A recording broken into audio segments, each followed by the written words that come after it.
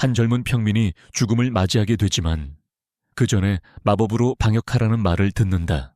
그는 성냥개비처럼 작은 불꽃을 보낸다.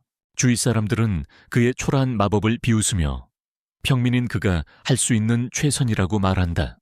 위대한 마법의 아버지 윌리엄 보르도에 따르면 마법사에게 가장 중요한 것은 혈통, 재능, 그리고 근면이다. 젊은 소녀는 마법이 평범한 그에게 결코 미소를 지으려 하지 않을 것이라는 말을 듣고 KFC 치킨처럼 잊게 된다. 그가 익어가는 동안 그는 불길에 대한 고통과 경외감을 느끼기 시작하고 마법을 마스터할 수 있기를 바라는 마지막 소원을 갖게 된다. 젊은 소녀는 깨어나고 하인들에 둘러싸여 있다. 그는 그들이 거인이라고 생각하면서 작은 손가락으로 천장을 뚫고 불공을 날리자 멍청한 하인들은 충격에 빠진다. 하녀들이 어린 왕자를 찾으러 돌아다니고 있는 사이 그는 탈출 계획을 계속하려 하지만 2명의 경비원과 마주친다. 그는 그들에게 자신의 행방에 대해 입을 다물라고 하고 한 경비원이 그를 아첨하는 동안 다른 경비원은 진정하라고 말하며 로이드가 7번째 왕자이고 왕위와는 전혀 관련이 없다고 말한다. 아첨하는 경비원은 로이드의 업적을 읽기 시작하며 로이드가 태어난 직후에 말할 수 있었고 그림책 대신 마법책을 읽었다고 상기시킨다. 그는 로이드가 위대한 윌리엄 보르도르의 환생이라고 생각한다고 덧붙인다. 로이드는 우연히 이전에 구운 치킨의 환생이다. 로이드는 우연히 이전의 기억을 온전히 가지고 있으며 왕가의 7번째 아들로 다시 태어난다. 그는 이전 생에서와 같은 철학을 따르기로 결심하며 즉 궁전에서 얼마나 많은 마법을 발견할 수 있을지 알아보려고 한다. 도서관에 몰래 들어간 후 그는 실팩에 붙잡힌다. 둘은 로이드의 검수를 연습하러 나갑니다. 그는 그녀에게 왕위에 아무 쓸모없는 7번째 왕자가 검수를 배울 필요가 있냐고 의심한다고 말하고 그녀는 왕위 계승보다 더 중요한 삶의 가치가 있다고 대답합니다. 그녀는 왕가의 일원으로서 검을 다루는 것에 익숙해지는 것이 당연하다고 말합니다. 실파는 지난 3년 동안 로이드의 교육을 담당해 왔으며 그가 훌륭한 검사가 되도록 도와줄 작정입니다. 로이드는 실파가 저녁까지 연습을 중단하게 하지 않을 것임을 알고 있습니다. 둘은 서로 대결하고 로이드는 제어형 마법을 사용해 실파의 모든 움직임을 추적하며 반칙을 합니다. 이런 상황에서도 그 녀석은 여전히 불리한 상황에 처해 있어 새로운 방법을 시도합니다. 그는 자신의 검 길이를 늘리고 공중에 떠오르며 몸을 강화합니다. 이로써 두 사람은 동등한 입장에 서게 되고 똑똑한 녀석은 자신이 이겼다고 생각하지만 실파는 그의 부정행위를 드러낸다. 그녀는 그가 2가지 주문을 동시에 사용할 수 있는 것을 칭찬하지만 실제로는 사기꾼이 4가지를 동시에 사용하고 있었다. 로이드는 마법에 관한 책에 빠져들지 않고 목욕을 하도록 하기 위해 하녀들과 함께 목욕을 해야 한다. 하녀들은 그를 놀라게 하려고 금지된 도서관의 악마가 나쁜 아이가 되면 그를 잡아먹을 것이라고 이야기한다. 그는 세일론이 몇 년 전에 그리모어라는 악마에 의해 거의 파괴되었고 그 악마는 수많은 중급 마법사의 희생으로 책에 봉인되었다고 들었다. 성 안에 금지된 지하 도서관이 있다는 이야기를 듣고 로이드는 금지된 도서관으로 향해 은폐라는 공기 클래스 주문을 사용하여 자신의 존재를 숨기고 경비원을 통과한다. 도서관 입구에서 10개의 마법사가 가장 강력한 주문을 시전하여 도서관을 잠그지만 로이드는 그것을 비스킷처럼 부셔버린다. 도서관에 들어선 로이드는 읽을 수 있는 책이 충분히 많이 있는 것을 보고 매우 신이 난다. 그는 나중에 시간을 내고 장소를 확인한 후 약한 장벽을 대체해야 한다는 것을 알고 있다. 앉아서 읽을 때 봉인된 악마 그림레어가 그가 무늬 봉인을 깨뜨릴 수 있었음을 감탄하며 나타난다. 그들은 서로 소개하고 그림레어는 리로이에게 자신을 해제해달라고 부탁한다. 그림레어는 금을 이용해 리로이를 유혹하려 하지만 리로이는 그의 꼼수를 간파한다. 리로이는 금을 부셔버리며 그림레어의 마법은 복잡하지 않다고 말한다. 그저 먼지를 뒤틀어 금으로 만든 것뿐이라고. 그림레어의 봉인이 점점 풀려가고 있지만 리로이는 그것을 교체할 것이라고 확신한다. 리로이는 그림레어에게 자신의 마법 연구가 이 왕국에서 이루어지고 있으므로 실패한 그와 같은 존재가 이를 파괴하는 것을 용납하지 않을 것이라고 말한다. 그림레어는 자신의 석방 대가로 고대 마법을 가르쳐주겠다고 제안하고 리로이는 그 제안을 받아들인다. 로이드가 봉인을 풀자 그리모이레는 로이드의 교육을 더 체험적으로 만들어 보기로 결정한다. 그리모이레는 거대한 불꽃을 로이드에게 날려보내서 이전 생애처럼 요리하려고 하지만 로이드는 이렇게 말한다. 정신병자가 그리모이레의 공격을 분석한 후 그리모이레에게 다른 무언가로 닥치라고 요청한다. 그리모이레는 손뼉을 치며 두 가지 주문을 동시에 외우기 시작하고 아르티스 옵스크라 포르테를 발동시킨다. 로이드는 그 공격을 분석한 후 이것이 이전 공격들의 고급 버전임을 알아차린다. 그리모이레는 가장 강력한 마법이 아무것도 아닌 것처럼 취급되는 것을 보고 놀라서 도망가려고 하지만 로이드가 설치한 장벽에 막힌다. 받아치는 입장에서 지쳤던 로이드는 그리모이레의 방어력을 시험해 보기로 한다. 그는 거대한 불꽃을 그리모이레에게 날려보내 장벽 안으로 밀어 넣는다. 로이드는 도서관의 물건들을 원래대로 돌려놓고 이런 일을 할 만큼 숙련된 마법사와는 처음 만나본다는 그리모이레의 놀람을 본다. 악마는 마법으로 죽일 수 없지만 로이드에게 얼마나 오래 버틸 수 있을지 궁금하다고 말한다. 그리모어는 자신이 곧 괴롭힘을 당할 것임을 알고 더 나아가기 전에 로이드에게 충성을 맹세하고 자신을 하수인으로 삼아 달라고 요청한다. 로이드는 이를 수락하고 그가 더 작은 형태로 변신하라고 한다. 그리모어는 로이드를 감정적으로 부풀려서 기습하기 위해 작고 귀여운 모습으로 변신한다. 하지만 로이드에게 가까이 다가가자 로이드의 만화가 얼마나 밀집해 있는지를 보고 결정을 다시 생각한다. 로이드가 도서관에서 책에 몰두하고 있을 때 그의 형인 둘째 왕자 엘버트가 그를 만나러 들어온다. 엘버트는 똑똑하고 신체적으로도 능력이 뛰어나 사람들이 그를 차기 왕으로 거론할 정도이다. 그는 성을 통해 모든 종류의 시설에 접근할 수 있는 권한을 가지고 있으며 가끔 로이드를 초대해 함께하기도 하여 그 덕분에 그 괴짜가 성에서 마법을 쓸 수 있는 드문 기회를 얻게 된다. 알버트의 차례가 끝난 후 로이드가 차례를 받는다.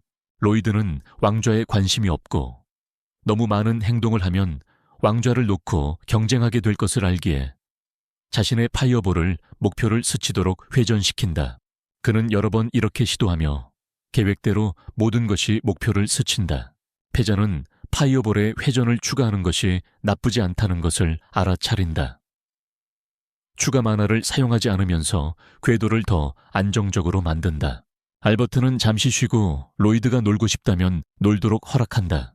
모두가 떠난 후 로이드는 극도의 행복을 표출하며 그림의 이중 주문과 같이 시도해보고 싶은 것들이 많다. 보통 이중 주문은 2개의 입을 가진 악맥에만 제한되지만 이 어린 친구가 시도하기 위해 그림을 손에 흡수한다. 두 사람은 퓨어렌스와 시니스 주문을 동시에 시전하고 주문 중간에 로이드의 주문 스택을 보고 그림이 기절해버린다. 로이드가 그에게 스펠 스택은 여러 마법의 주문을 섞어서 약식으로 만드는 방법이라고 설명하며 궁극적으로 이들을 발동하는 데 필요한 시간을 줄일 수 있다고 말한다. 로이드는 100가지의 다른 주문을 시도해보았고 잠시 생각한 후 그가 관리자 접근 권한을 사용하여 그리물을 잠글 수 있고 그의 입도 제어할 수 있다는 것을 깨달았다. 2개의 입을 제어한 로이드는 서로 완전히 다른 고급 주문을 동시에 외우고 마치 영혼의 세계로 가는 포털을 열듯이 위로 발사한다. 궁전에서는 알버트와 다른 이들이 밖에서 그 애가 무슨 짓을 하고 있는지 전혀 알지 못한다. 알버트는 왜 로이드에게 이렇게 많은 관심을 보이는지 질문받고 로이드는 그들이 재능을 잘 알아보지 못한다고 대답한다.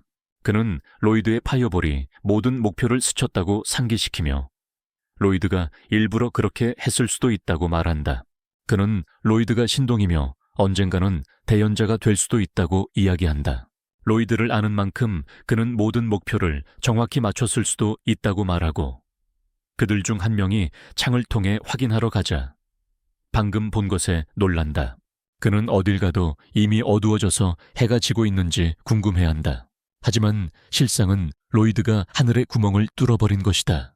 로이드는 즉시 구름을 덮어 자신의 실수를 수습한다.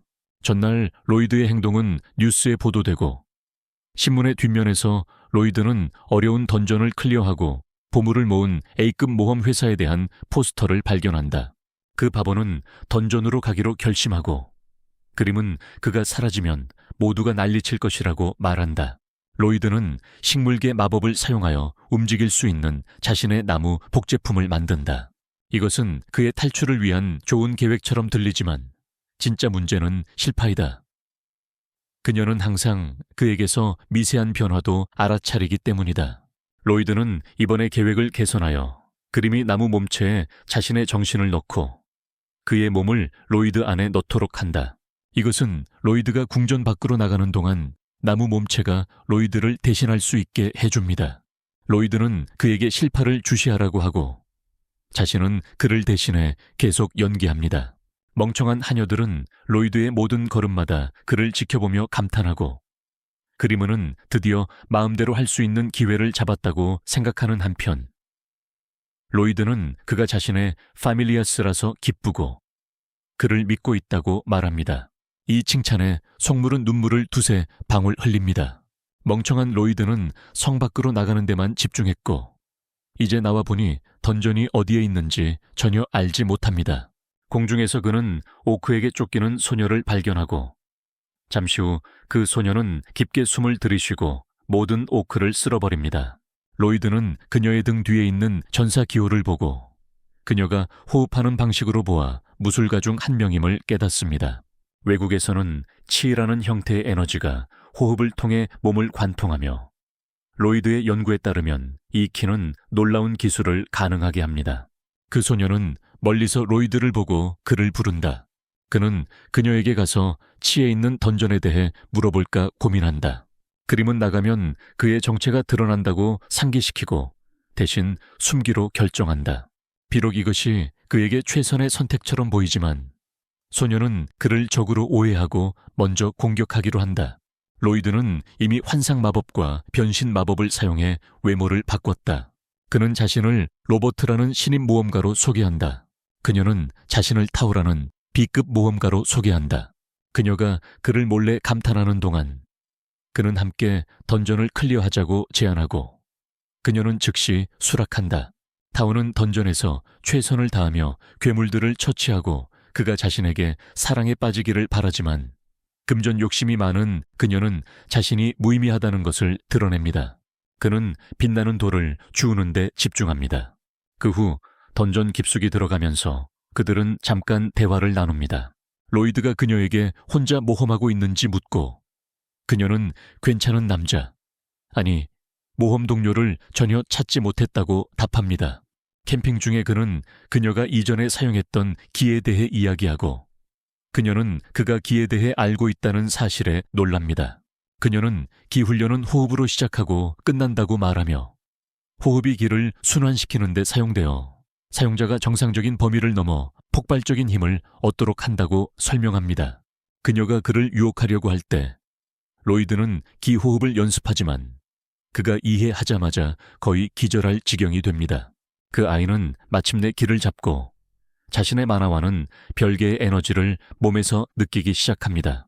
그가 기에 얼마나 관심이 많은지 보면서 타오는 그에게 더 가르치기로 결심한다. 그녀는 그에게 던전을 떠날 때까지 계속 숨을 쉬라고 한다. 그들이 던전에서 싸우고 있는 동안 실파는 로이드의 나무 몸체에 다가가지만 아무 차이도 알아차리지 못한다. 테이크는 기폭발로 던전 보스를 물리쳤고 그 후 보물 상자에 접근하게 되었다. 그녀는 로이드에게 이렇게 미개발된 던전은 그리 인상적이지 않다고 말한다. 그리고 그들이 보물 상자에 다가가는 동안 로이드는 그 내용물보다 상자 자체에 더 관심이 많다. 그들이 상자를 열자마자 거대한 칼날이 그들을 반으로 배려하지만 로이드는 빠르게 반응하여 그들을 치워버린다. 리치라고 불리는 해골이 상자에서 나오고 로이드는 이것이 새로운 보스인지 묻는다. 로이드가 타오에게 리치가 어떤 생물인지 묻는다. 타오는 걱정할 필요 없다고 말한다. 그녀는 그에게 던전을 먼저 나가라고 하지만 그는 보고 싶다며 고집을 부린다. 그녀는 그를 밖으로 차내고 리치가 그녀를 공격하기 시작하지만 그녀는 모든 공격을 피한다. 타오는 이렇게 낮은 수준의 던전에서 왜 이렇게 괴물 같은 리치가 있는지 궁금해한다. 그녀는 A급 모험가조차 이런 괴물과 겨루기 힘들다고 덧붙인다. 로이드가 날아가자 그는 충격을 완화하기 위해 방어막을 사용한다. 그녀가 그를 보낸 이유를 모르기 때문에 돌아가는 것이 좋을지 고민한다. 그는 기림에게 조언을 구하기로 결심하고 기림은 졸린 얼굴로 집으로 돌아가서 정어리를 가져가라고 말한다. 타오는 그녀가 요리를 했다는 것을 알고 뒤로 물러서려고 하지만 로버트가 사라진 것을 알고 놀랍게도 리치가 그녀가 길을 사용하고 있다는 것을 눈치챈다. 그는 한번 비슷한 능력을 가진 사람을 먹어본 적이 있다고 말하지만 그건 단지 낮은 형태의 마법에 불과했다고 한다. 그는 항상 모험가들의 영혼을 먹으며 그 후에 그들의 지혜와 기술을 얻게 된다고 덧붙인다. 그녀가 실패자라는 것을 아는 그녀는 먹을 가치가 없다고 말하며 오히려 그의 지식을 줄어들게 할 수도 있다고 한다. 하지만 그는 로이드에게 눈을 고정하고 그가 이전에 자신의 공격을 피했기 때문에 관심을 갖는다. 타오는 공격을 시도하고 리치는 자신 주위에 장벽을 활성화한다. 그녀는 모든 힘을 다해 그것을 계속 가격하고 결국 전력 기폭을 통해 장벽을 뚫어낸다. 그렇게 많은 기를 사용한 후 타오는 움직일 수 없게 되고 손가락 하나조차 힘을 주기 힘들어한다. 놀랍게도 리치는 여전히 살아있다. 그는 그녀에게 자신의 기힘의 전부가 그의 마법의 한 손가락에도 미치지 못한다고 말한다. 그는 자신의 공격을 그녀에게 퍼붓기로 결정하지만 그의 공격이 깨지는 것을 보고 놀란다. 로이드가 자신과 타오 주위에 장벽을 만들어 리치의 공격을 깨뜨린다. 그는 타오에게 약한 엉덩이를 주저앉으라고 말하며 요리를 시작한다. 리치가 주문을 시전하는 동안 로이드는 타오를 장벽 안에 남겨두고 공기 계열 마법을 사용하며 여전히 자신의 기호흡을 유지한다. 그는 위로 멈추고 생각하기 시작하는데 그 사이 리치가 그를 공격하지만 그는 장벽을 세워 리치의 공격을 산산조각 낸다. 라이드는 QI 호흡을 사용하여 폐로 공기를 들이마시고 완전한 봉인 마법을 가속화합니다. 그는 계속해서 이 작업을 수행하며 장벽이 방해가 되자 장벽을 해제합니다. 록은 이 장벽이 열리자 공격을 결정하지만 라이드가 박격포 사거리 내에서 모든 공격을 피하는 것을 보고 놀라게 됩니다. 라이드가 공격을 피하면서 기와 만화를 결합하고 이를 모양을 만들어내어 결과물을 이용해 모든 리치의 공격을 깨부십니다. 처음의 공격이 약하다고 판단한 라이드는 두 개의 공격을 더 얇게 만들어 더 멀리 날아갈 수 있게 하고 여러 방향으로 리치에게 향하게 합니다. 리치는 자신이 더욱 큰 광인과 맞서고 있다는 사실을 알고 겁먹은 척합니다. 라이드는 공격을 더 얇고 날카롭게 만듭니다. 그렇게 하여 리치와 사기꾼 절반을 모두 베어버립니다. 가슴을 열어보니 녹슨 칼이 들어있었고 라이드는 칼이 안에 담겨 있을 것 같아 가져가도 될지 물어봅니다. 칼이 가져가지고 보물 상자가 가라앉기 시작하고 로이드는 무슨 일이 벌어지는지 궁금해합니다. 그는 이 일이 보물 상자가 가져가지고 일어나는 일이라고 들었습니다. 그리고 이것은 로이드가 보물 상자가 던전의 중심이라는 결론을 내리게 합니다. 그는 보통 땅속에 살다가 마법 물품을 흡수하고 서서히 던전을 둘러싸며 성장한다고 말합니다. 로이드는 보물 상자를 다시 묻히지 않도록 합니다. 그는 상자를 끄집어내고 땅이 닫히기 전에 밖으로 나옵니다. 밖에서 타오가 로이드에게 왜 마지막에 기술 대신 마법으로 싸웠는지 묻습니다. 그는 놀라운 마법사인데도 불구하고요. 로이드는 재미있을 것 같아서라고 답하며 갑자기 집에 빨리 가지 않으면 구워질지도 모른다는 생각이 듭니다. 그가 떠나면서 타오는 그의 마지막 폭발이 비밀 기술인 기검이라고 말합니다. 그건 실패한 자신조차도 사용할 수 없는 기술입니다. 로이드가 집에 돌아오자 그의 방바닥에 그림이 널브러져 있는 것을 발견한다. 실파는 그가 자신이 훈련시킨 로이드에 비해 약하다는 것을 일찍이 눈치채고 처음부터 다시 훈련시키기로 결정했다. 로이드는 형편없는 칼을 자신의 미니 연구실로 가져가서 수리하기로 한다. 그는 그것이 자신이 생각했던 대로 만화 정수로 처리되었음을 알게 된다. 만화 정수는 무기에 마법 공식을 새겨 넣어 강화하는 마법에서 사용되는 촉매다. 칼을 자세히 살펴보니 그것이 힘을 증대시키는 마법이 걸려 있음을 알게 된다. 만화 정수는 구하기 어렵고 마법 부여는 수행하기 힘들며 실패할 경우 정수와 무기 모두 낭비된다. 이것이 로이드가 만화 정수를 스스로 분석하여 만들 계획을 세운 이유다. 분석 후 그는 만화 에센스가 기름 은 그리고 헤마타이트로 만들어졌다는 것을 알게 된다. 그들이 직면할 수 있는 유일한 문제는 헤마타이트가 괴물의 코어를 가루로 만들어졌다는 사실이다. 하지만 플롯 덕분에 로이드 이미 던전의 코어를 가지고 있다. 그들이 다음으로 필요한 것은 기름, 은, 그리고 많은 무기들이다. 로이드는 아버지를 만나 은전 몇 개를 받는다. 기름을 얻기 위해 그는 실파와 거래를 한다. 만약 그녀에게 한 번이라도 맞춘다면 그녀가 기름을 줄 것이라고 한다. 실파는 압력솥보다 더 빨리 그를 요리하지만 여전히 기름을 주면서 그가 이전보다 나아졌다고 기뻐한다. 그는 만화 에센스를 계속 조리하고 그 후 알버트와 만나 마법 부여 테스트에 사용할 무기를 요청한다.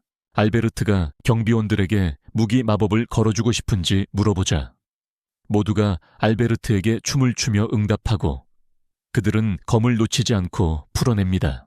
대부분의 사람들이 마법을 걸면 잘 안 된다는 생각에 무기가 허비될 것이라고 믿고 결국 그들은 무기를 풀어냅니다.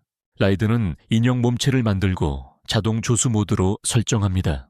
정신병자는 각 무기에 3겹의 부스트 파워를 적용하기 시작합니다.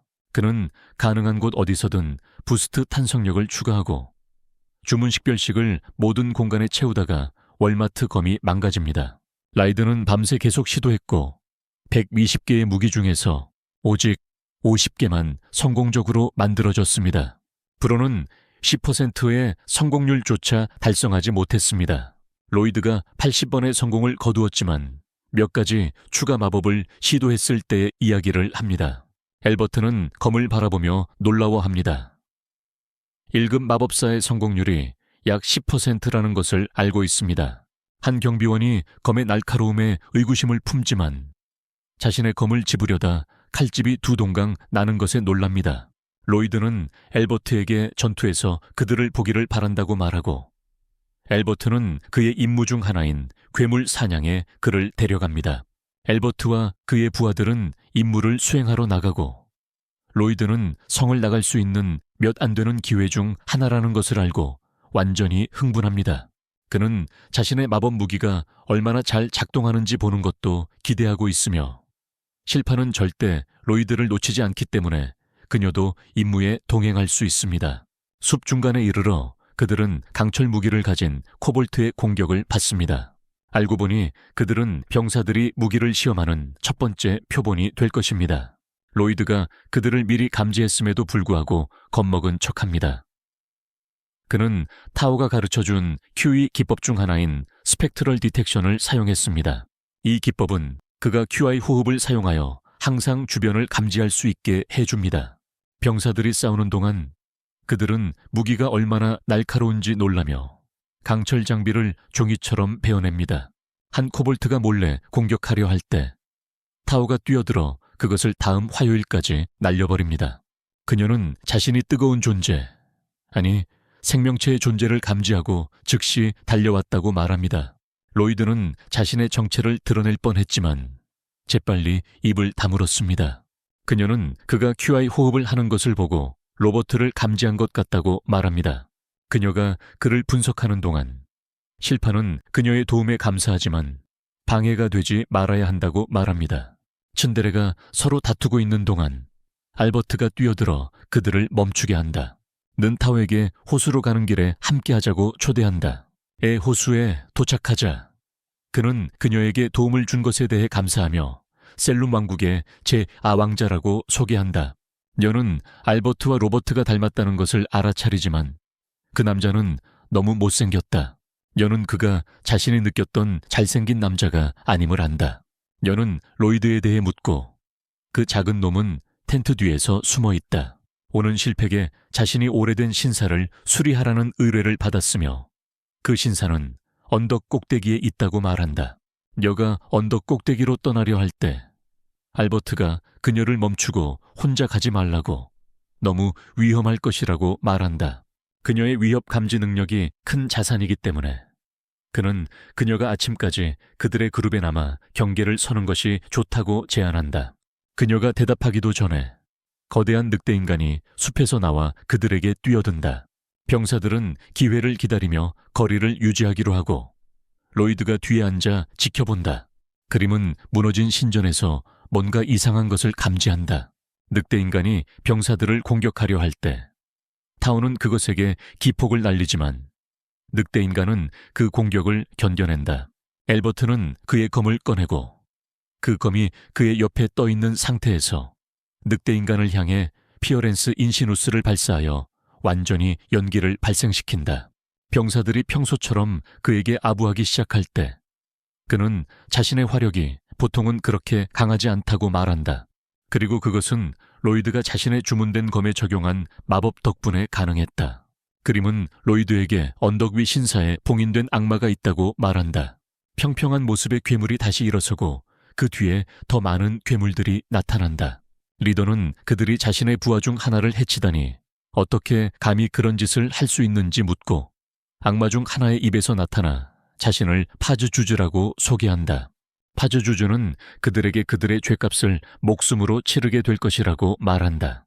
그는 악마들에게 공격하라고 명령하고 악마들은 빠른 재생 능력으로 인해 군인들에게 더 큰 문제를 일으킨다. 상황을 분석한 알버트는 이들을 조종하는 악마가 뒤에 있다고 의심한다. 파즈주즈가 그 악마다. 그림이 신사에 봉인되어 있다가 나왔다고 말했던 그 악마다. 그림과 파주즈가 둘 다 악마이기 때문에 로이드가 그림에게 파주즈를 아는지 묻는다. 그림은 모른다고 대답하지만 파주즈가 자신의 만화를 변환하여 괴물들을 조종하고 있다는 것을 알 수 있다고 말한다. 그는 파주즈가 처리되지 않는 한 싸움은 끝나지 않을 것이라고 덧붙인다. 모두가 목숨을 걸고 싸우고 있는 동안 바보 같은 로이드는 그림에게 만화 변환을 가르쳐 달라고 요청한다. 파주즈는 로이드가 남자들이 싸우는 동안 숨겨야 하는 한심한 악이라는 것과 실파가 다름 아닌 유모에 불과하다고 떠들기 시작한다. 그의 떠들기가 끝난 후 실파는 살인적인 의도를 드러내며 파주즈를 조각조각 내겠다고 말하며 그가 숨고 있는 커다란 털로 된 카펫에서 나오라고 한다. 그녀는 검을 꺼내고 그를 끝장내겠다고 약속한다. 그가 또 다른 떠들기를 시작하는 동안 그녀는 그의 악취나는 숨결에 쓰러지지 않기 위해 입을 다문다. 그리고 그가 그녀에게 달려들려는 순간 네 다리가 사라진 것을 발견합니다. 그는 만화를 집중해 늑대인간으로 재생하는 동안 다른 몬스터들이 느리게 움직이기 시작합니다. 알베르트는 이를 알아차리고 그들이 그녀와 합류할 때까지 페러지우스를 최대한 많이 손상시키라고 실팩에 말합니다. 실파는 페러지우스를 강간하고 그를 오줌을 지리게 합니다. 그녀는 르이드가 마법을 걸어준 병사의 검을 빌려 페러지우스가 르이드를 죽이겠다고 위협하면서도 그녀는 살기를 뿜어냅니다. 페러지우스가 그녀에게 달려들어 그녀를 입에 물지만 놀랍게도 그녀는 롱가리스의 집에서 배운 양검술 슈앙슈앙 롱샹으로 그의 입천장을 찔러 통과합니다. 그 후 그녀는 슈앙롱샹에 이어 페이옌찬이라는 양검술을 사용하여 그를 도살장으로 보냅니다. 페러지우스는 숨어있던 늑대에서 나오고 이번에는 실파가 리바이 에커만처럼 공격을 결정합니다. 그녀는 이중호랑이 발톱과 이빨을 사용하여 파즈쿠를 베어버리고 모두가 놀라게 합니다. 몬스터들이 물리쳐진 후 모든 병사들은 마치 MJ 콘서트에 온 것처럼 쓰러집니다. 파즈쿠가 일어나며 신전의 봉인을 깨뜨린 지 100년 만이라고 말합니다. 파즈쿠가 수하들을 기르는 동안 그들은 모두 병사들에 의해 요리당했습니다. 이를 본 파즈쿠는 완전히 복수할 준비를 갖춥니다. 그는 실피에치에에게 샤워하라고 보내며 그가 풍기운 연기를 들이마신 모든 이들은 그의 소나기로 떨어질 것이라고 말합니다. 지배의 미야마, 실피에체이가 멈추지 않자 그는 그녀를 공격하려 하지만 타오가 가로막습니다. 실피에체이는 파즈쿠의 미야마를 가장 많이 들이마신 후 쓰러졌고 이제 타오만이 서 있습니다. 파주주가 그녀를 공격하기 위해 뛰어듭니다. 그는 그녀가 그의 악취에 무너지지 않은 이유가 호흡법 때문이라는 것을 알아냅니다. 그녀가 거꾸로 매달려 있을 때 호흡법이 방해받지만 그의 하수인이 되는 선택을 직면했을 때 그녀는 그의 머리를 가격하고 천둥의 맥박으로 그를 쓰러뜨립니다. 파주주가 공격하기 전에 호흡을 조절하려고 할 때 그녀는 그의 하수인 중 하나에게 공격당합니다. 그녀가 하수인의 입에 갇혀 있을 때 파주주는 그녀를 향해 그의 나쁜 숨을 전력으로 발사합니다. 타오는 포기하지 않고 그녀의 멋진 남자의 신선한 숨결을 계속 느낍니다. 그녀는 파주주에게 가장 멋진 남자가 그의 엉덩이를 차러 오고 있다고 말합니다. 타오는 하수인의 입에 갇히고 파주주는 실파를 쓰레기처럼 들어올리며 그녀를 자신의 하수인으로 추가하겠다고 생각합니다. 그가 그렇게 하는 동안 로이드가 파주주에게 그게 늑대인간들이 복종하게 만든 방법인 것 같다고 말한다. 파주주는 늑대인간의 부모를 죽이고 그들의 마음속에서 새끼들의 부모를 대체하기 위해 그의 미야즈마를 사용했다고 답한다. 그 후 파주주는 로이드가 그의 미야즈마 속에서 자유롭게 움직이고 있다는 것을 깨닫는다. 그는 그리미가 로이드와 함께 굴러다니는 것을 보고 왜 그가 악마로서 인간에 반대해야 하는데 인간과 함께 움직이는지 묻는다. 학대를 당한 후 그리미는 화가 나고 파주주에게 도망가라고 조언하려고 생각하지만 마음을 바꾸고 그저 그가 무너지는 모습을 보고 싶다고 말한다. 파주주는 그의 하수인들을 보내 그들을 공격하게 하고 로이드는 이를 그의 만화 변환을 시험할 기회로 본다. 로이드는 우노 리버스를 사용하여 파주주의 늑대인간에 대한 영향을 빼앗는다. 그는 그들 중 한 명에게 타오를 토해내라고 말한다. 페주스가 부하들을 자신에게 데려오려고 시도하지만 이제 그들은 자신들이 몬스터로서의 자부심과 부모를 죽인 장본인이란 사실을 기억하게 되어 그를 무리지어 공격하지만 페주스가 담배를 피우며 그들을 제압한다. 페주주는 이제 로이드를 없애버리겠다는 결심을 하게 되는데 그 이유는 어떤 주문을 사용하더라도 로이드의 마법은 악마인 그에게는 효과가 없을 것이라는 것을 알고 있기 때문이다. 로이드가 미소를 지으며 페주주는 어두운 기운을 주변에 퍼뜨린다. 로이드는 악마들이 마법에 저항하는 것이냐 아니면 정말로 죽이기 어렵기 때문인지에 대해 생각해본다. 그 질문에 답하기 위해 그는 만화를 퍼뜨리며 그 모습만으로 페주주를 경악하게 만든다. 그림은 한때 로이드에게 만화를 숨기는 이유를 물었고 로이드는 너무 눈에 띄어서라고 대답했다. 페주주는 로이드가 얼마나 많은 만화를 가지고 있는지 보면서 악몽을 꾸게 된다. 페주주는 로이드가 자신을 불순종하는 새처럼 가두려고 할 것이라는 것을 알기에 생명을 구걸하며 도망치기 시작한다. 로이드가 약 20개의 주문을 시전하고 파주주는 그 모든 주문을 피합니다. 로이드는 기림을 흡수한 후 훨씬 빠른 속도로 주문을 시전하며 파주주를 쫓습니다. 파주주는 도망치려 하지만 차원 봉쇄라는 공간 클래스 주문에 갇히게 됩니다. 로이드는 파주주가 곰 늑대의 부모를 단순히 죽인 것이 아니라는 것을 알게 됩니다. 왜냐하면 그중 일부는 더 이상 늑대와도 닮지 않았기 때문입니다. 그는 파주주에게 다른 괴물들과 키메라 실험을 하고 있는지 묻습니다. 파주주가 대답을 거부하는 동안 로이드는 계속해서 고속으로 주문을 시전합니다. 파주주는 계속해서 당황하며 문제에서 벗어나려 협상하려고 합니다. 로이드는 분당 약 밉이 40개의 주문으로 그를 화려하게 조리합니다. 그는 30분 동안 계속할 계획이지만 5분 후에 페이주주는 평탄선을 타고 내려갑니다. 페이주주가 먼지로 변하면서 다른 사람들은 깨어나기 시작하고 릴로이드는 빠르게 핑계를 생각해내야 하기 때문에 자리를 피합니다. 그림은 페이주주의 죄를 들이마시고 이것은 그에게 복수를 하는데 조금 도움이 됩니다. 릴로이는 다른 사람들에게 어떤 마법사 로버트가 나타나서 악마를 물리치고 모두를 구했다고 말합니다. 왕은 알베르트에게 그가 맡은 괴물뿐만 아니라 악마와도 싸운 것을 칭찬합니다. 둘째 왕자로서 그는 왕실 경호원들만 데리고 갔던 판단에 대해 의문을 제기하고 알베르트는 그에 대한 변명이 없다고 답합니다. 왕은 타오와 로버트에 대해 묻고 알베르트는 로버트가 다시 의식을 회복하기 전에 사라졌으며 타오는 그에게 감사하는 시간조차 가지지 못하고 로버트를 따라갔다고 답합니다. 왕은 그들이 구원받은 로버트의 힘에 관심을 표하고 알베르트는 릴로이드가 사냥에서 가장 큰 기여를 했다고 왕에게 말합니다. 그는 아버지에게 로이드가 왕권 계승자로 간주되어야 한다고 말합니다. 그들이 손상 없이 생존할 수 있었던 것은 로이드가 무기에 걸어놓은 마법 덕분이라고요. 그러자 왕은 로이드에게 왕위를 차지하기 위한 투쟁에 참여하고 형제들과 함께 서겠느냐고 묻습니다. 로이드는 일어나 겸손하게 거절합니다. 로이드가 집으로 돌아온 곰늑대와 놀고 있을 때 실파는 그에게 곰늑대가 그를 좋아한다고 말합니다. 그는 곰늑대의 색깔 때문에 시로라고 이름을 지었다고 말합니다. 그는 시로에게 많은 것을 가르치고 싶지만 그 방법에 문제가 있다고 말합니다. 실파는 그에게 몬스터를 만화를 통해 조종할 수 있다는 소식을 전합니다. 그는 만에 명령 주문을 짜서 사용하는 방법을 생각해 봅니다.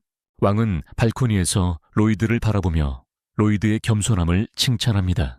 알버트는 왕에게 로이드에게 왕의 역할이 너무 미미할 수 있다고 생각한다고 말하고 왕은 미소를 지으며 로이드의 미래를 기대하고 있다고 말한다. 로이드는 실에게 기본 명령을 훈련시키지만 실에게 3번 돌아서 여러 속도로 짖으라고 하는 복잡한 명령을 전달하는데 어려움을 겪는다. 그는 명령 마법을 자신의 만에 써서 실에게 보내려고 했지만 그 바보 같은 동물은 더 혼란스러워하고 술에 취한 것처럼 행동하기 시작한다. 그는 괴물 전문가의 도움을 받는 것을 생각하고 그런 생각을 하면서 실파와 같은 사람을 결론짓게 된다. 그들은 앨리스 공주의 정원 탑으로 향한다. 알리제는 세일렘의 6번째 공주이며 로이드보다 3살 많다. 알리제는 모든 종류의 동물과 괴물을 사랑하며 그녀의 탑에서 그것들을 기르고 있다. 엘리제는 로이드를 기분 좋게 맞아주지만 그로 인해 로이드가 약간 기절해버린다. 그녀는 로이드에게 그가 온 이유를 물으며 그것이 그의 늑대인간과 관련이 있는지 묻는다. 그는 그 이름이 시로라고 말하며 그녀는 복슬복슬한 늑대인간 주위를 계속 어루만진다. 실파는 로이드에게 속삭이며 그녀는 알리제가 만화의 개념을 이해하지 못할 것 같고 몬스터와 소통하는 방법을 설명할 수 있을지도 의문이라고 말한다. 로이드는 조금 더 기다려보자고 제안하며 알리제에게 그녀의 몬스터 중 하나를 보여줘도 괜찮은지 묻는다. 그녀는 아름다운 흰색 몬스터 리루를 호출하며 그녀가 하그펠리르라고 말한다. 하그펠리르는 늑대인간보다 높은 클래스에 해당하며 로이드는 알리제가 리루에게 실파의 머리끈을 조용히 잡아채고 기다리라고 명령한 것을 알고 놀란다. 복잡한 상황이다. 로이드는 자신이 확실히 올바른 장소에 있다는 것을 알고 있다. 그는 알리제에게 시로와 소통할 수 있도록 가르쳐달라고 부탁하며 알리제는 웃으면서 그게 간단하지 않을 것이라고 말한다. 그는 그녀에게 자신이 힘든 일을 사랑한다고 말하고 그녀는 그를 가르치기로 결심한다. 그의 멍청한 여동생은 동물과의 소통의 열쇠는 사랑이라고 계속해서 말한다. 알리제의 하녀인 에어리스는 로이드에게 포기하라고 말하는데 알리제가 신동이거나 동물 매력이 너무 넘친다고 한다. 로이드는 평소처럼 그것을 알아낸다. 그는 실에게 명령을 내리는 동안 그의 여동생은 자신의 동물들에게 명령을 내리는 것이 아니라 대신 그들과 의지를 나누고 있다는 것을 알아챈다. 그는 그녀가 손이 아니라 머리에서 동물들과 직접 만화를 나누고 있다는 것을 무의식적으로 인식하고 시로와 함께 이를 시도해보기로 결심한다. 첫 번째 시도에서 그는 복잡한 명령을 실에게 전달할 수 있고 시로는 이를 완벽하게 수행한다. 괴물과 연결하는 방법을 알아낸 후 실파는 그 사기꾼에게 검 훈련에도 같은 노력을 기울이라고 하지만 알버트가 그의 불쌍한 엉덩이를 구해준다. 알버트는 실패게 로이드에게 빌려야 한다고 말하며 그에게 전할 말이 있다고 한다. 그는 로이드에게 소개하고 싶은 사람이 있다고 말하며 그 사람이 로이드의 형이자 네 번째 왕자 다이안이라고 한다. 다이안은 로이드에게 마법의 검에 대해 들었다고 말하며 불가능하다고는 하지 않지만 믿기 힘들어 로이드가 거짓말인지 확인하고 싶다고 한다. 다이안은 우연히 대장장이이며 10살 때 대장 기술로 유명한 이웃나라 바트렘으로 여행을 갔다. 다이안은 테이블에 검을 떨어뜨리며 로이드에게 그 검에 마법을 걸어보라고 한다. 그는 로이드가 사기일 거라고 믿고 마법 부여는 이미 고급 기술이기 때문에 로이드가 마법이 걸린 검에도 적용할 수 있다는 것은 그들이 감당할 수 있는 것을 넘어선 것처럼 보여 의심스럽다고 생각한다. 로이드가 검에 마법을 걸자 다이아는 로이드가 걸어준 다양한 마법을 보고 거의 기절할 뻔한다. 그는 마침내 로이드가 진정한 인물이라고 인정하며 로이드와 함께 궁극의 마법검을 만들 꿈을 이룰 수 있을지도 모른다고 말한다. 이것은 강철이 단조되는 동안 주문을 새기는 것이어서 일반적으로 가능한 것보다 더 고급 마법을 적용할 수 있게 됩니다. 로이드가 생산 과정에만 관심이 있는 덕분에 그는 다이앤을 도와주기로 동의합니다. 작업이 시작되자 로이드는 다이앤에게 어떤 마법을 사용해야 할지 묻습니다. 다이아에는 사용자가 휘두를 때 불을 발사하는 검이기 때문에 불이 되어야 한다고 대답합니다. 로이드는 펄란스와 시니스를 사용하자고 제안하지만 다이앤은 펄란스와 시니스가 4개의 부분으로 이루어진 주문 공식이 있기 때문에 불가능하다고 말합니다. 주문된 검은 단지 하속에만 담을 수 있습니다. 로이드는 2개로 압축하자고 제안하고 그렇게 하지만 펄란스와 시니스의 무게가 적용되자 강철이 부서집니다. 로이드는 3개와 4개로 나누는 등 다양한 방법을 시도하지만 모두 실패합니다. 많은 만화 에센스를 사용한 후 로이드는 왜 아직도 성공하지 못했는지 궁금해합니다. 사색하는 자가 다시 생각하기 시작하며 왜 일이 잘 풀리지 않는지 알아내고 그림이 많아 에센스에 주의를 기울입니다. 그림은 만화 에센스가 중국에서 주문했다고 알려줍니다. 로이드는 만화 에센스에 정화 마법을 걸고 에메시 속에 거의 혈석 성분이 없다는 것을 알아냅니다. 혈석 성분이 부족한 상황에서 로이드는 다시 던전으로 몬스터 사냥을 하러 나갈 생각을 하지만 실파가 먼저 나서기로 합니다. 그녀는 그들을 위해 던전을 깨끗이 청소하자고 제안하고 놈이라고 부르는 소녀는 자신이 왕자라는 이유로 던전에 갈 수 없다고 말합니다. 실파는 며칠 전 몬스터와의 만남 후 왕과 이야기를 나눴다고 말합니다.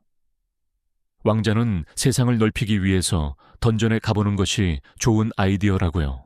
그리고 왕은 그 아이디어를 좋아했습니다.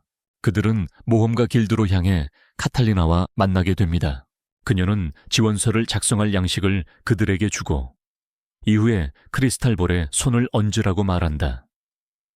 그 볼은 그들의 강점을 측정하고 모험가 등급을 정할 것이다. 로이드도 크리스탈 볼의 원리를 이해하고 있다. 그 볼은 만지면 몸을 통해 퍼지는 미세한 양의 만화로 충전되어 있으며 이를 통해 자신의 능력과 특성을 측정한다. 그는 만지면 볼이 폭발할 가능성이 높다는 것을 알고 있어서 크리스탈 볼을 만지기 전에 평소보다 더욱 그의 만화를 단단히 압축하여 벼룩 수준까지 낮춘다. 그 볼을 만진 후 그의 등급은 2로 드러나며 다른 모험가들은 그를 비웃기 시작한다. 그의 전반적인 능력치가 A이긴 하지만 마법 등급은 A로 경험이 풍부한 마법사와 견줄 만하다. 카타리나는 흥분한 듯이 말한다. 로이드는 잘린 빵 다음으로 최고의 인물이 될 것이라고. 미안하지만 로이드는 실버 블레이더 이후 가장 유망한 신입 모험가이다.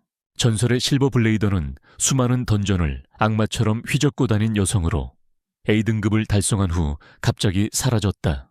실파는 카타리나에게 가능한 던전 퀘스트를 수락하자고 말하고 카타리나는 그들 중 최소한 B랭크 모험가가 필요하다고 알려준다. 실파는 등록하기로 결정하지만 그 전에 한 잡몹 모험가가 그녀에게 접근하려 하자 그녀는 그에게 조그마한 헤어컷을 해준다. 카타리나는 그에게 잘못된 사람을 건드렸다고 말하며 실파가 바로 실버 블레이더임을 드러낸다. 카타리나는 그녀에게 재등록 시 C랭크로의 2단계 강등이 필요하다고 말하고 타오가 들어온다. 타오는 로버트를 찾지 못했다고 말하며 자신이 찾을 수 있는 모든 던전을 수색한 끝에 R랭크가 될 만큼 강해졌다고 말한다. 그녀는 그들을 도와주기로 결정하지만 보상으로 알버트와의 데이트를 요청한다. 실파는 로이드에게 훈련의 일환으로 모험가였다고 말하며 그동안 그녀가 만난 치명적인 적들이 있었지만 그들을 쓰러뜨리지 못했다고 한다. 그녀는 이어서 그들이 암살자 길드라고 불렸다고 믿는다고 말한다. 랜덤 던전을 클리어한 후 로이드가 보물 상자와 함께 도착하고 그들은 디로르드라는 마법의 검을 성공적으로 제작한다. 하루의 일을 마친 로이드는 드디어 쉴 기회를 얻게 된다. 그는 알버트가 뭔가 바쁘다는 것을 느끼고 큰일이 일어나고 있는지 궁금해한다. 로이드는 자신의 방에서 가면을 쓴 소녀를 발견하고 그녀를 쫓아간다. 그녀는 도망치려 하지만 곧바로 장벽에 갇힌다. 그녀는 자신을 벗어나고 독을 사용해 로이드를 기절시키려 하지만 그는 즉시 자신의 건강 클래스 마법인 정화를 사용해 효과를 무효화한다. 그러나 그녀는 그가 기절하기를 바라며 강도를 높인다. 로이드는 미소를 지으며 정화가 알려진 모든 독을 중화할 수 있다고 말하고 효과가 없다는 것은 그녀의 독이 알려지지 않은 독이라는 것을 의미한다고 한다. 그는 그녀가 만화로 독의 성질을 변환시키고 있다는 것을 알게 된다. 희귀한 만화의 종류를 타고난 이들이 있어요. 그중 특히 위협적인 능력을 가진 자들은 블라이트라고 불리며 두려움의 대상이 되곤 해요. 그 소녀는 자신이 독성 블라이트라고 말하며 태어날 때부터 걸음마를 시작할 때부터 독을 퍼뜨리는 코로나 바이러스처럼 모든 곳에 독을 퍼뜨렸다고 말해요. 그래서 그녀는 렌이라는 이름으로 독나방이라고 알려져 있어요. 렌은 그의 방어막을 깨부수고 그에게 그녀의 독을 조금만 먹었기 때문에 2-3일 동안 고통받을 것이라고 말해요. 로이드는 힐링 클래스 마법인 힐링 브레스를 사용하여 자신을 치유하여 렌의 독으로 인한 피해를 느끼지 않게 해요. 그림은 로이드에게 왜 움직일 수 있었는데도 그녀를 따라가지 않았는지 묻고 로이드는 그녀가 그들의 은신처로 안내해 줄 것으로 생각했다고 답해요. 그는 그림에게 렌이 암살자 길드의 일원이라고 확신한다고 말해요. 암살자 길드는 특별한 능력을 가진 6명의 그룹으로 그들에게는 보상금이 걸려 있으며 그들의 존재를 숨기는데 매우 능숙해요. 로이드는 렌이 간 방향을 추적한 후 그녀를 따라갔어요. 렌은 은신처로 돌아와 그들이 마법에 걸린 검을 대량 생산하고 있다는 사실을 알았다고 전하며 이는 전쟁의 징후라고 말합니다. 보스는 그녀에게 예전 리더인 제이드처럼 불평하지 말라고 하며 그는 오래전에 사라졌다고 합니다. 로이드가 그들의 은신처에 도착하고 렌은 그가 여전히 독에 중독되어 있다고 믿어서 충격을 받습니다. 그가 그들에게 다가가고 그들은 그가 암살자 길드에 대해 알고 있기 때문에 그를 이제 떠나게 하지 않기로 결정합니다. 로이드는 자신 주위에 쳐놓았던 장벽을 해제하고 최대의 힘으로 그들과 맞설 준비를 합니다.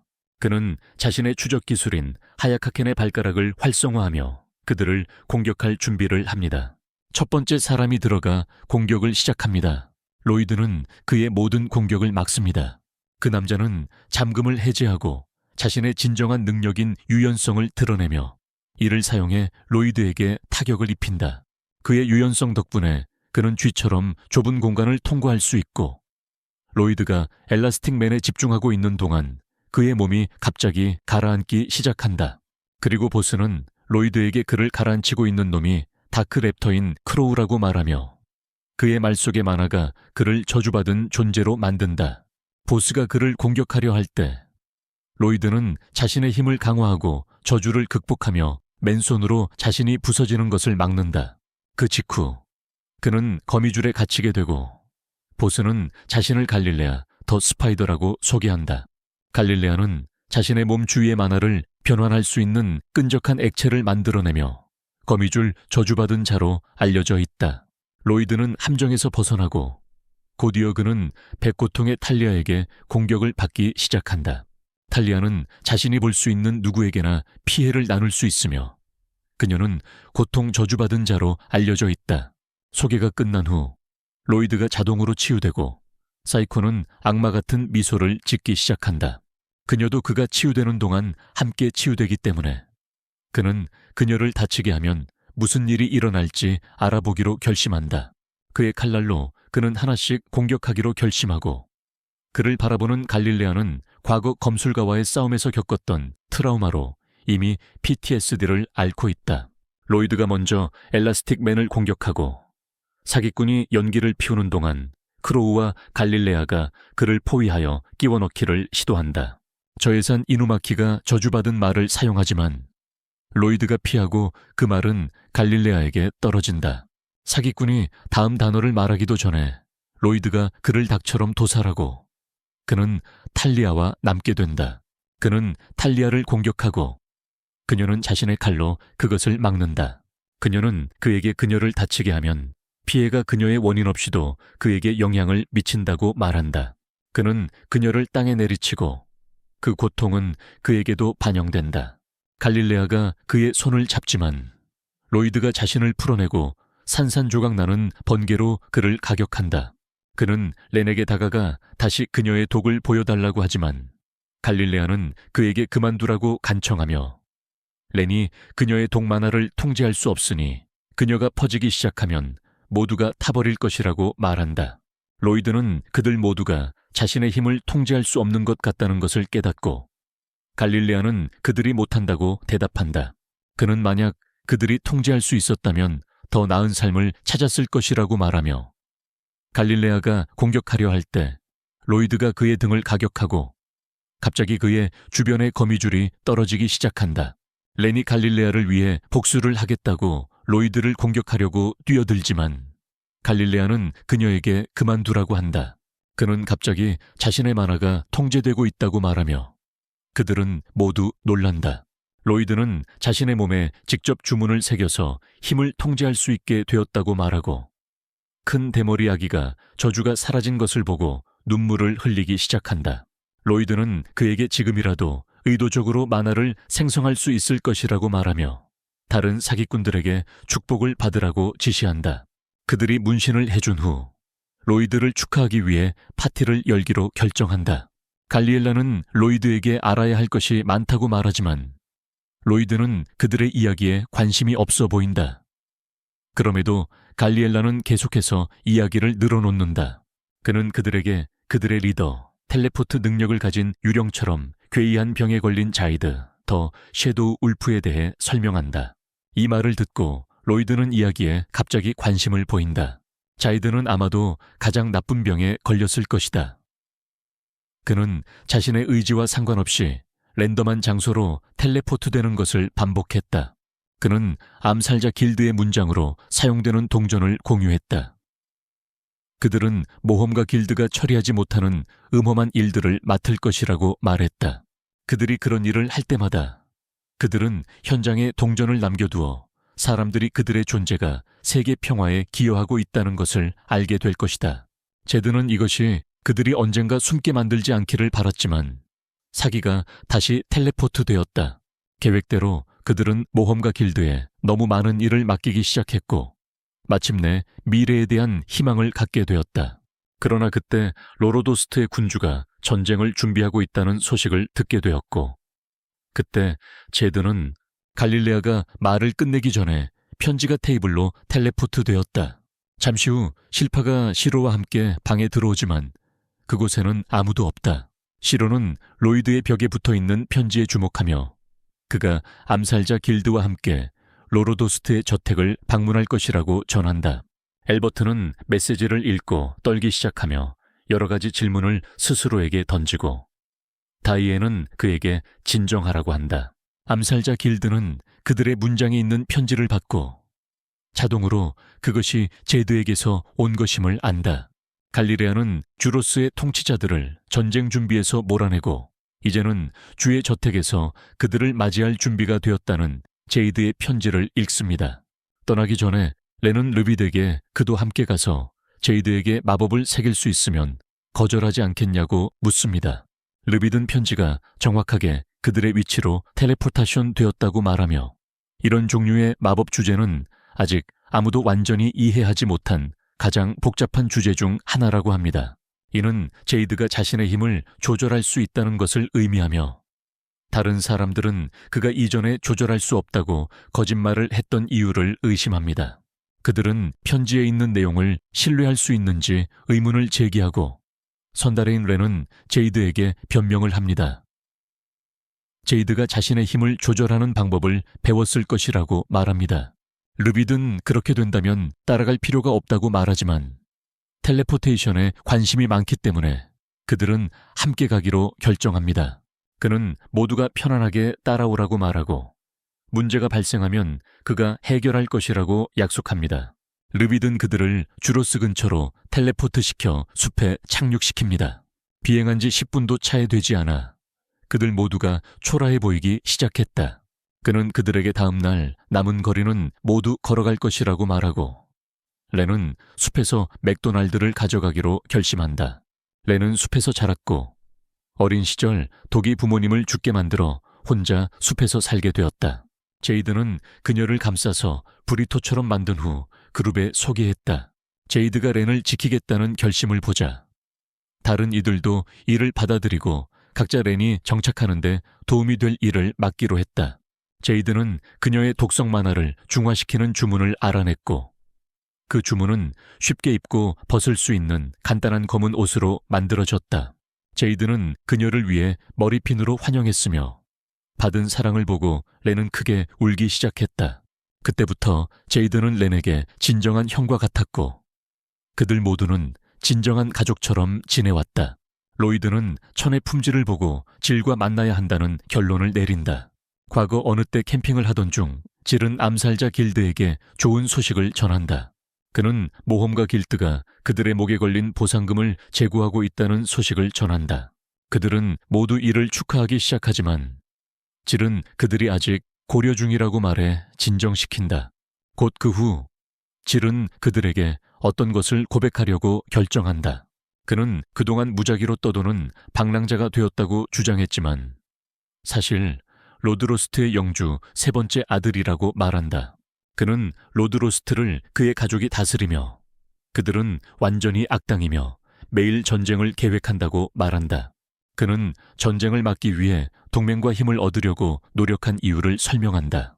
그는 그들에게 사과하지만 그들은 모두 그것이 놀라운 소식은 아니라는 반응을 보입니다. 그들은 그가 행동하는 방식으로부터 어느 정도 알고 있었다고 말하며 그들이 그의 형제들을 암살할 것이라고 생각하면서도 그는 혼자서 해결하겠다고 말합니다. 그는 계속해서 이야기합니다. 그들은 정상적인 삶을 얻기 위해 싸워왔으며 모험가 길드가 그들이 개인적 원한에 의한 암살과 관련되어 있다는 것을 알게 된다면 모든 희망이 무너질 것이라고 말합니다. 그는 그들이 꿈을 포기하지 않도록 약속하게 하고 그가 로도스트에서 돌아오지 않는다면 길드를 계속 유지하도록 합니다.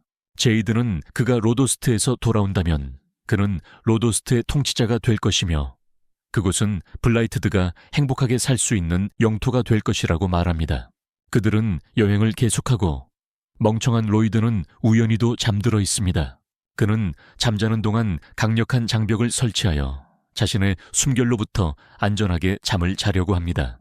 저택에 도착하자 르네는 그들이 저택을 확인하는 동안 로이드에게 잠시 쉬라고 제안합니다. 그녀는 제이드에 대해 의심하고 싶지 않지만 그가 로르도스트의 수장들에 의해 편지를 보내도록 조종당할 수 있다고 말합니다. 갈릴레아는 그녀의 결정을 지지하고 그리무는 로이드와 함께 있으라고 요청받습니다. 그는 로이드가 잠잘 때는 꽤나 무적이며 그가 잠든 동안 그들에게 무슨 일이 생기면 화를 낼 것이라고 말합니다. 저택 가까이로 다가가면서 그들은 어떤 종류의 파티가 열리고 있다는 것을 알아차립니다. 모든 곳이 안전하다는 것을 확인한 후 그들은 로이드를 데려온 후에 다시 돌아오기로 결정합니다. 갈릴레아는 제이드도 항상 7번째 왕자를 만나고 싶어 했다고 상기시킵니다. 그들이 떠나기 전에 하날이 그들과 만나서 그들이 암살자의 길드인지 묻습니다. 그들은 모두 그들의 파티에 초대받고 그리무가 로이드를 알리려고 하는 동안 렌은 그를 꽉 붙잡고 불안한 그녀를 도와주기 위해 잠시 그녀와 함께 있어 달라고 합니다. 제이드가 그들에게 나와 감정이 격해지기 시작한다. 그림이 로이드에게 알리러 가는 동안 제이드는 순간적으로 감정을 억누르지 못하고 크로우의 저주받은 말을 사용해 모두를 땅에 눕힌다.